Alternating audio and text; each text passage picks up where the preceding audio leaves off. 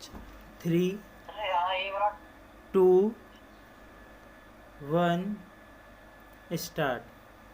सभापति महोदय, वह केवल एक स्वप्न ही रह जाएगा। ऐसी स्थिति में मैं अनुभव करता हूँ कि आपातकाल की घोषणा की जाए और इस देश के जो बुद्धिमान लोग हैं उनको लेकर एक सर्वदलीय सरकार स्थापित की जाए। हम यह अनुभव करते हैं कि जिस तरह का शासन इस समय चल रहा है उससे देश की कोई भी समस्या हल होने वाली नहीं है, बल्कि इस सरकार की गलतियों से समस्याएं बढ़ती जा रही हैं।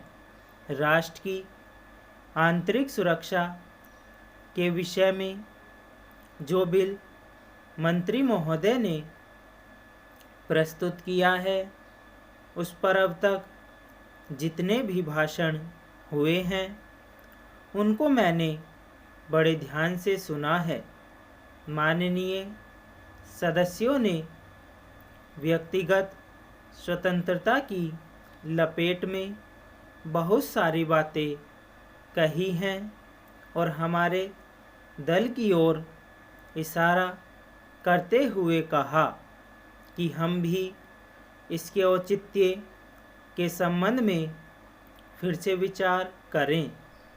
मैं जहां तक समझ पाया हूं, हमारे गृह मंत्री जी को इस बिल को प्रस्तुत करने में कोई सुख नहीं हुआ, बल्कि वर्तमान परिस्थितियों को दृष्टि में रखते हुए उनको दुख हो रहा है। आज जब हम नागरिक सुरक्षा, व्यक्तिगत सुरक्षा और स्वतंत्रता की बात करते हैं तो सबसे पहले उसमें व्यक्तिगत सुरक्षा की बात आती है। प्रत्येक नागरिक इस राष्ट्र की अपनी सत्ता में रहकर सुरक्षित रहना चाहता है।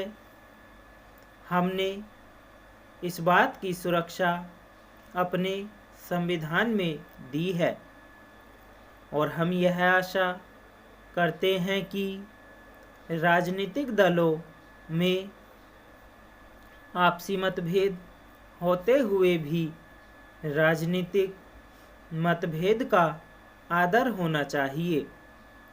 मतभेद होते हुए भी शांति और सुरक्षा बनी रहनी चाहिए।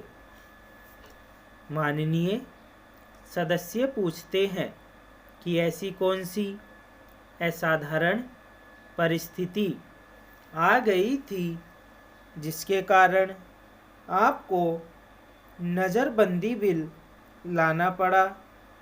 मैं आपसे कहना चाहता हूं कि क्या ही अच्छा होता यदि नेहरू जी की उस बात को जो उन्होंने लोकतंत्र के संबंध में बहुत वर्ष पहले कही थी आज भी स्मरण रखते।